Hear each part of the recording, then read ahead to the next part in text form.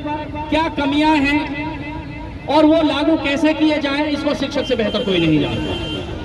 लेकिन एसी में बैठे चंद, चाहे जो मजबूरी हो हमारी मांगे पूरी हो, चाहे जो मजबूरी हो हमारी मांगे पूरी हो, ऑनलाइन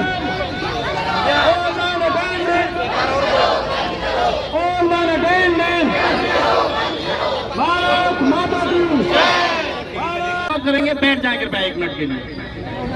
सर्वप्रथम मैं सिटी मजिस्ट्रेट का धन्यवाद व्यक्त करता हूं कि देर से ही सही, लेकिन हमारे बीच में आयका जिला प्रशासन को होश आया कि हाँ, ज्ञापन देने के लिए भी कुछ गेट पर है और ज्ञापन लिया जाए।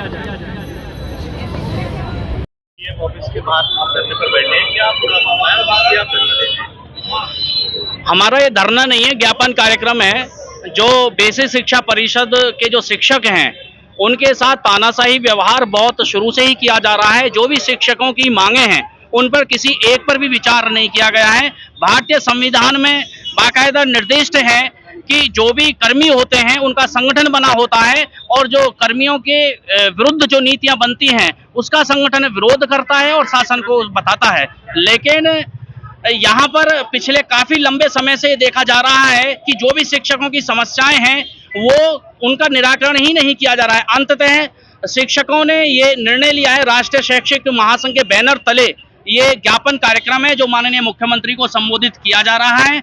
ऑनलाइन अटेंडेंस जबरदस्ती हम पर थोपी जा रही है कि आपको फेस रिकग्निशन के द्वारा ऑनलाइन अटेंडेंस देनी है। ऑनलाइन अटेंडेंस देने में शिक्षकों को कोई गुरेज नहीं है, लेकिन जब शिक्षकों की जो समस्याएं हैं, पदोन्नति नहीं हुई है, अब हमारे घर में यदि कोई शादी होती है उसकी हमें छुट्टी नहीं मिलती है, पूरे साल हमें केवल 14 CL पर ही रहना होता है और उसके अलावा भी सभी कर्मचारियों को EL दी जाती है, हमें कोई EL नहीं दी जाती है, पदोन्नति नहीं है। विद्यालय शिक्षकों से मैं खुद जिलाध्यक्ष हूं और मेरे विद्यालय में पिछले 4 साल से मैं ही प्रभारी प्रधानाध्यापक हूं, कोई सिंगल टीचर भी नहीं है और गैर शैक्षणिक कार्य इतने ज्यादा थोपे जा रहे हैं। उनकी हम मांग करते आए कि गैर शैक्षणिक कार्य ने हमसे केवल पढ़वाने का काम लिया जाए। हमारी नियुक्तियां जो हुई हैं पढ़ाने के लिए हुई हैं, उसके बावजूद भी गैर शैक्षणिक कार्य इतने चल रहे हैं, इसलिए शिक्षक यहाँ ज्ञापन दे रहे हैं। ये हमारा जो ज्ञापन है ये प्रदेश नेतृत्व द्वारा निर्धारित कार्यक्रम है। सभी 75 जनपदों में एक साथ आज ही के दिन ज्ञापन दिया जा रहा है जिलाधिकारी को महोदय को, माननीय मुख्यमंत्री को संबोधित करते हुए। हमारा कहने का मतलब आपसे ये 2 टूक ये है कि हमें फेस रिकग्निशन अटेंडेंस में कोई दिक्कत नहीं है, ऑनलाइन अटेंडेंस देने में कोई दिक्कत नहीं है, शिक्षक चोर नहीं है, लेकिन पहले हमारी जो मांग है उनको नजरअंदाज किया जाता है। पदोन्नति की प्रक्रिया पिछले 2.5 साल से लंबित है। पूरे प्रदेश में 10 साल से कोई टीचर प्रमोट नहीं हुआ है अभी तक। तो हमारी शिक्षकों की जो समस्याएं हैं पहले उन पर जो विभाग गंभीरता से निर्णय ले, सकारात्मक निर्णय ले, उसके बाद में अगली बात ऑनलाइन अटेंडेंस की जाए। और शिक्षक अभी तो केवल ज्ञापन कार्यक्रम दे रहे हैं, ये हमारे आंदोलन का प्रथम चरण है। अगर विभाग ने ज्यादा ही तानाशाही दिखाई, ज्यादा जबरदस्ती दिखाई तो पूरा शिक्षक समाज तालाबंदी की भी घोषणा करेगा और सड़कों पर होगा। बड़े हास्यास्पद स्थिति है कि पूरे प्रदेश का शिक्षक जो विद्यालय में होना चाहिए वो आज सड़क पर है। ज्ञापन कार्यक्रम में देखा गया है कि ज्ञापन जो दिया जाता है सुबह मतलब मॉर्निंग में 11 बजे से लेकर और 2 बजे तक दिया जाता है, लेकिन आप लोग स्कूल की छुट्टी के बाद आप ज्ञापन देने आए हैं। ये इस बात को सिद्ध करता है कि हमारे जो शिक्षक हैं वो कितने कर्तव्यनिष्ठ हैं।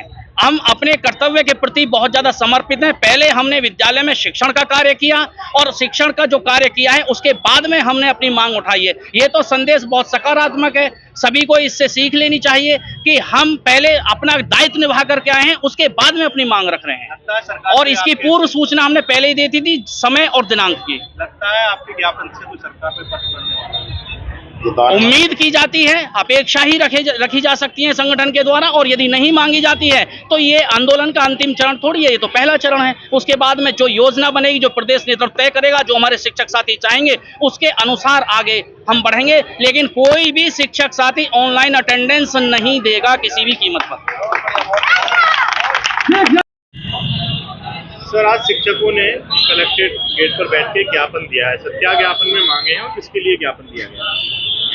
ये राष्ट्रीय शैक्षिक महासंघ ने बुलंदशहर की शाखा ने माननीय मुख्यमंत्री को संबोधित करते हुए एक ज्ञापन प्रस्तुत किया है, जिनमें उनकी प्रमुख मांगे जो है ऑनलाइन अटेंडेंस को लेकर के हैं और उनकी जो अर्न लीव होती है उसके संबंध में है और अन्य सुविधाएं जो उनको अन्य विभागों को मिलती हैं और उनको नहीं मिलती हैं, इसके संबंध में उन्होंने ज्ञापन में अपने बिंदु प्रस्तुत किए हैं और उन लोगों का ये अनुरोध है कि ये मांग जो है मुख्यमंत्री तक, माननीय मुख्यमंत्री तक पहुंचा दी जाए।